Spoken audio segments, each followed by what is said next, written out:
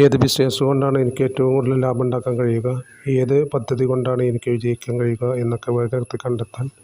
അതുപോലെ പല കാര്യങ്ങൾക്കും കോഴ്സ് പല പുതിയ ഫോർമുലകളും നമുക്ക് ഉപയോഗിക്കാം. ഇതിൽ ഏറ്റവും കൂടുതൽ നമുക്ക് ഉപയോഗിക്കാൻ പറ്റുന്ന ധാരാളം ഫോർമുലകളുണ്ട്. എങ്കിലും അതിൽ ചിലത് ഞാനിവിടെ ഇരിക്കുകയാണ്. നെറ്റ് ഫോർമുല വലിയ ഫോർമുലയിൽ നിന്ന് ഒരേ കാര്യം പല തവണ ആവർത്തിച്ച് കണക്കുകൂട്ടുന്നതിന് പകരം അതിന് ഒരു പേര് കൊടുത്തുകൊണ്ട് ആ പേര് ഉപയോഗിക്കാൻ നെറ്റ് സഹായിക്കുന്നു. ഇതിങ്ങനെ സ്പീഡ് കൂട്ടാം. അതുപോലെ ബേസിക് മാത്സ് നമ്മൾ ഏറ്റവും കൂടുതൽ A1+B1 എന്നതിന് ടോട്ടൽ വിളിക്കാൻ നെറ്റ് ഫോർമുല ഉപയോഗിക്കാം. ആവറേജ് ചെക്ക് ചെയ്യാൻ നെറ്റ് ഫോർമുല ഉപയോഗിക്കാം. അതിനൊക്കെയുള്ള ഉദാഹരണങ്ങൾ നമ്മൾ ഇത് ഷീറ്റിൽ കാണിച്ചിട്ടുണ്ട്. അതുപോലെ പ്രോഫിറ്റ് കാൽക്കുലേറ്റ് ചെയ്യാൻ, വിൽപ്പനയും ചെലവും കുറച്ച് ലാഭം കാണാൻ അതിൻ്റെ നെറ്റ് ഫോർമുലയാണ്. അതിൽ സെയിൽസ് B2-ലാണെങ്കിൽ കോസ്റ്റ് C2-ൽ, അപ്പോൾ സെയിൽസ് മൈനസ് കോസ്റ്റ്. പിന്നെ ഡിസ്കൗണ്ട് കണക്കൂട്ടാൻ വില 1000-ൽ കൂടുതലാണെങ്കിൽ ഡിസ്കൗണ്ട് കൊടുക്കാൻ നെറ്റ് ഫോർമുല ഉപയോഗിക്കാം. അതുപോലെ ഏരിയ കാൽക്കുലേറ്റ് നീളം വീതവും വെച്ച് വിസ്തീർണം കണ്ടെത്താൻ നെറ്റ് അത് ഉപയോഗിക്കാം. ടാക്സ് സ്പ്ലിറ്റ് ചെയ്യാൻ, അതായത് ടാക്സ് തുക മാത്രം വേർതിരിക്കാൻ വേണ്ടി. ഗ്രേഡ് സിസ്റ്റം മാർക്ക് വെച്ച് ഗ്രേഡ് കണ്ടെത്താനും അതുപോലെ കറൻസി കൺവെർട്ട് ചെയ്യാനും ഒക്കെ നെറ്റ് ഫോർമുല ഉപയോഗിക്കാം.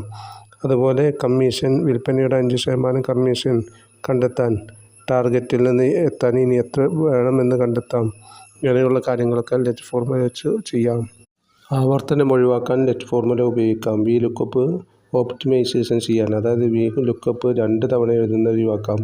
നെറ്റ് ഫോർമുല അതിൻ്റെ റിസൾട്ട് വി ലുക്കപ്പ്, പിന്നെ വി ലുക്കപ്പിൻ്റെ ഉള്ളിൽ ഇത് കൊടുത്തുകൊണ്ട് ഇഫ് കൊടുത്തുകൊണ്ട് റിസൾട്ട് ഫൗണ്ട് നോട്ട് ഫൗണ്ട് എന്നൊക്കെ കിട്ടാം. അതുപോലെ ഫിൽറ്റർ ചെക്ക് ചെയ്ത് അത് ശൂന്യമാണോ എന്ന് കണ്ടെത്താം. നെറ്റ് ഫോർമുല ഉപയോഗിക്കാം. അതിലൊക്കെയുള്ള രൂപങ്ങൾ ഇവിടെ പറയുന്നുണ്ട്. അതുപോലെ നെയിം സ്പ്ലിറ്റ് ചെയ്തുകൊണ്ട് പേര് മുറിച്ചെടുത്ത് വീണ്ടും യോജിപ്പിക്കാനൊക്കെ net formula first A1 last B1 എന്നീ കോളങ്ങളിൽ കൊടുത്തുകൊണ്ട് ഫസ്റ്റ് ആൻഡ് ലാസ്റ്റ് കൊടുത്തുകൊണ്ട് ഉപയോഗിക്കാം. ഡേറ്റ് ഡിഫൈൻ ചെയ്യാൻ, 2 തീയതികൾ തമ്മിലുള്ള വ്യത്യാസം, ആ ഡിഫറൻസ് കാണിക്കാൻ നെറ്റ് ഫോർമുല സ്റ്റാർട്ട് A1-ഉം എൻഡ് B1-ഉം കൊടുത്തുകൊണ്ട് ഡേറ്റ് ഡിഫ് ഫോർമുല ഉപയോഗിച്ചുകൊണ്ട് ഉപയോഗിക്കാം. അതുപോലെ ക്വറി ക്ലീൻ ചെയ്യാൻ ക്വറി ഫോർമുല അത് ചെറുതാക്കാൻ നെറ്റ് ഫോർമുല ഉപയോഗിക്കാം. അപ്പോൾ നെറ്റ് ഫോർമുല ക്വറി അതിൻ്റെ ഉള്ളിൽ റേഞ്ച് കൊടുത്ത് അതിൻ്റെ ഉള്ളിൽ സെറ്റ് A1 സം എന്നൊക്കെ കൊടുത്തുകൊണ്ട് ഉപയോഗിക്കാം. ട്രിം ആൻഡ് ക്ലീൻ ചെയ്യാൻ, സ്പേസ് കളയാൻ ഒരേ സെല്ലിൽ പലതവണ ട്രിം ഉപയോഗിക്കുന്നത് ഒഴിവാക്കി അതിന് ഏറ്റവും കൂടുതൽ നല്ല ഒരു നെറ്റ് ഫോർമുലയാണ്. അത് നെറ്റ് ഫോർമുല ഉപയോഗിച്ചുകൊണ്ട് അതിൻ്റെ ഉള്ളിൽ ആക്കി കൊടുത്തുകൊണ്ട് ഉപയോഗിക്കാം. നെക്സ്റ്റ് ഇഫ് ഒഴിവാക്കാം. വലിയ ഇഫ് കണ്ടീഷനുകൾ വരുമ്പോൾ അത് ചെറുതാക്കാൻ വേണ്ടിയിട്ട് നെറ്റ് ഫോർമുല വാല്യൂ A1 അതുപോലെ ഇഫ്സ് വാൽ 10-യേക്കാൾ കുറവാണെങ്കിൽ എന്നൊക്കെ കൊടുത്തുകൊണ്ട്, അല്ലെങ്കിൽ 20-നേക്കാൾ കൂടുതലാണെങ്കിൽ ഇതൊക്കെ കൊടുത്തുകൊണ്ട് ഉപയോഗിക്കാം. അതുപോലെ പെർസെൻറ്റേജ് ഗ്രോത്ത്, അതായത് ഓരോന്നിൻ്റെയും വളർച്ചാ നിരക്ക് കാണാൻ നെറ്റ് ഫോർമുല ഉപയോഗിക്കാം. Let new B2 old B2 new minus old എന്നിട്ട് ഓൾഡ് ഇത് കിട്ടിയാലും. അതുപോലെ ഇയർ ഫ്രാക്ഷൻ, വർഷത്തിൻ്റെ എത്ര ഭാഗം കഴിഞ്ഞു എന്ന് കണ്ടെത്താൻ വേണ്ടിയും ഇയർ ഫ്രാഗ് ഫോർമുല നെറ്റ് ഫോർമുലേൻ്റെ ഉള്ളിൽ വെച്ചുകൊണ്ട് ഡേറ്റ് കൊടുത്തുകൊണ്ട് ഉപയോഗിക്കാം. എറർ ഹാൻഡ്ലിങ്, ഇഫ് എററിൽ വലിയ ഫോർമുലകൾ ആവർത്തിക്കാതിരിക്കാൻ വേണ്ടി നെറ്റ് ഫോർമുലകൾ ഉപയോഗിക്കാം. നെറ്റ് കാൽക്കുലേറ്റ് ചെയ്തുകൊണ്ട്. റിജക്ട്സ് ഫംഗ്ഷനുകളെ കുറിച്ചാണ് പിന്നെ അടുത്തത് പറയുന്നത്. അതായത് rejects match, rejects extract, rejects replace എന്നിവയെക്കുറിച്ചാണ് വിവരിച്ചത്. റിജക്ട്സ് മാച്ച് വെച്ചുകൊണ്ട് ഇമെയിൽ വാലിഡ് ആണോ, ഇതൊരു ഇമെയിലാണോ എന്ന് ചെക്ക് ചെയ്യാം. അതുപോലെ മൊബൈൽ നമ്പർ കൃത്യം 10 അക്കങ്ങളുണ്ടോ എന്ന് നോക്കിക്കൊണ്ട് അത് മൊബൈൽ നമ്പറാണോ എന്ന് ചെക്ക് ചെയ്യാം. അതുപോലെ സ്പെസിഫിക് ആയ ഒരു ഡൊമൈനാണോ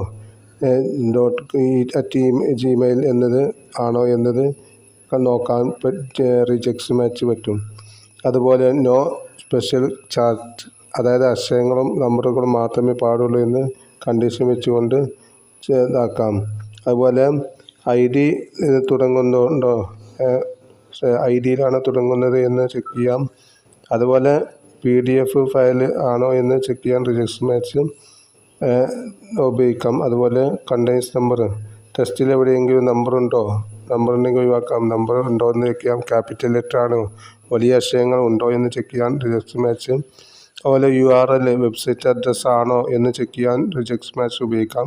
അതുപോലെ ഒരു നിശ്ചയ വാക്ക്, ഒരു പൈഡി എന്നൊരു വാക്ക്, അത് എക്സ്ട്രാക്റ്റ് വേൾഡ് അത് മാത്രമാണോ, പൈഡി എന്ന വാക്ക് മാത്രമുണ്ടോ എന്ന് ചെക്ക് ചെയ്യാം. ഇതിനൊക്കെ റിജക്ട് മാച്ച് ഉപയോഗിക്കാം. അതുപോലെ ഡാറ്റ എക്സ്ട്രാക്റ്റ് ചെയ്യാൻ, പുറത്തെടുക്കാൻ വേണ്ടി റിജക്ട് എക്സ്ട്രാക്റ്റ് ഫോർമുല ഉപയോഗിക്കാം. അതായത് ഡൊമൈൻ, ഇമെയിലിൽ നിന്ന് ഡൊമൈൻ കണ്ടെത്തി അത് എടുക്കാനും, അതുപോലെ ടെക്സ്റ്റിനിടയിൽ നിന്ന് നമ്പർ മാറ്റം എടുക്കാൻ ഉപയോഗിക്കാം. അതുപോലെ ആദ്യത്തെ വാക്ക് മാത്രം എടുക്കാൻ റിജക്ട് എക്സ്ട്രാക്റ്റ് ഉപയോഗിക്കാം. അല്ലെങ്കിൽ അതുപോലെ അവസാനത്തെ വാക്ക് മാത്രം എടുക്കാനും. അതുപോലെ ടെക്സ്റ്റ് ഇൻസൈഡ് ബ്രാക്കറ്റിനുള്ളിൽ നിന്നുള്ള ടെക്സ്റ്റുകൾ മാത്രം, ആശയങ്ങൾ മാത്രം നമുക്ക് കണ്ടെത്തിയെടുക്കാനും. അതുപോലെ ഗെറ്റ് പ്രൈസ്, അതായത് $500 എന്നതിൽ നിന്ന് 500 എന്ന സംഖ്യ എടുക്കാൻ. അതുപോലെ ഡേറ്റ് എടുക്കാൻ, ടെക്സ്റ്റിൽ നിന്ന് തീയതി ഏതാണോ അത് കണ്ടെത്തിയാണ്ട്. ഇതൊക്കെ വലിയ വലിയ ഡാറ്റ സെറ്റിൽ നിന്ന് ആവശ്യം നേരിടുന്നതാണ്. യൂസർ ID, അതായത് യൂസർ ID 1 2 3 4 എന്നതിൽ നിന്ന് അക്കങ്ങൾ മാത്രം എടുക്കാൻ. അതുപോലെ ഫയൽ എക്സ്ട്രാക്ഷൻ, ഫയലിൻ്റെ ഫോർമാറ്റ് അത് PNG ആണോ എങ്കിൽ അത് എടുക്കാൻ വേണ്ടിയിട്ട്. ഫസ്റ്റ് 3 ചാർട്സ്, ആദ്യത്തെ 3 ആശയങ്ങൾ കണ്ടെത്തിയെടുക്കാൻ. ഇത്തരം കാര്യങ്ങൾക്കൊക്കെ റിജക്ട് എക്സ്ട്രാക്റ്റ് ഫോർമുല ഉപയോഗിക്കാം. അടുത്തതായി ഡാറ്റ ക്ലീൻ ചെയ്യാൻ അതിന് റിജക്ട് റീപ്ലേസ് ഉപയോഗിക്കാം. റിമൂവ് നമ്പേഴ്സ്, പേരിൽ നിന്ന് നമ്പറുകൾ നീക്കം ചെയ്യാൻ. അതുപോലെ ടെക്സ്റ്റ്, നമ്പറുകൾ മാത്രം ബാക്കിയാക്കി ആശയങ്ങൾ ഒഴിവാക്കാൻ റിജക്ട് റീപ്ലേസ് ചെയ്യാം. റിമൂവ് സ്പെഷ്യൽ ചാർട്സ്, സ്പെഷ്യൽ ക്യാരക്ടറുകൾ ഒഴിവാക്കാൻ ഉപയോഗിക്കാം. അതുപോലെ ട്രിം എക്സ്ട്രാ സ്പേസസ്, വാക്കുകൾക്കിടയിലെ അധിക സ്പേസുകൾ കളയാൻ. റിമൂവ് ബ്രാക്കറ്റുകൾ നീക്കം ചെയ്യാൻ. അതുപോലെ റീപ്ലേസ് ഹൈഫൺ മാറ്റി സ്ലാഷ് ആക്കാനും. അതുപോലെ ഡാറ്റയിൽ മിസ്റ്റർ എന്നിവ അങ്ങോട്ടും നീക്കം ചെയ്യാൻ റിജക്ട് റീപ്ലേസ് ഉപയോഗിക്കാം. മാസ്ക് ഇമെയിലിൻ്റെ ആദ്യ ഭാഗം മറക്കാൻ റിജക്ട് റീപ്ലേസ് ഉപയോഗിക്കാം. അതുപോലെ റിമൂവ് HTML ടാഗ്സ്, വെബ്സൈറ്റുകളിൽ നിന്ന് കോപ്പി ചെയ്ത ഡാറ്റയിൽ പോലെയുള്ള ടാഗുകൾ കളയാൻ. അതുപോലെ കൺസിസ്റ്റൻസ് കേസ്, എല്ലാം ഒരേ ഫോർമാറ്റിലേക്ക് മാറ്റുമ്പോൾ അനാവശ്യ ചിഹ്നങ്ങൾ കളയാൻ. അതാണ് വിവരിക്കുന്നത്.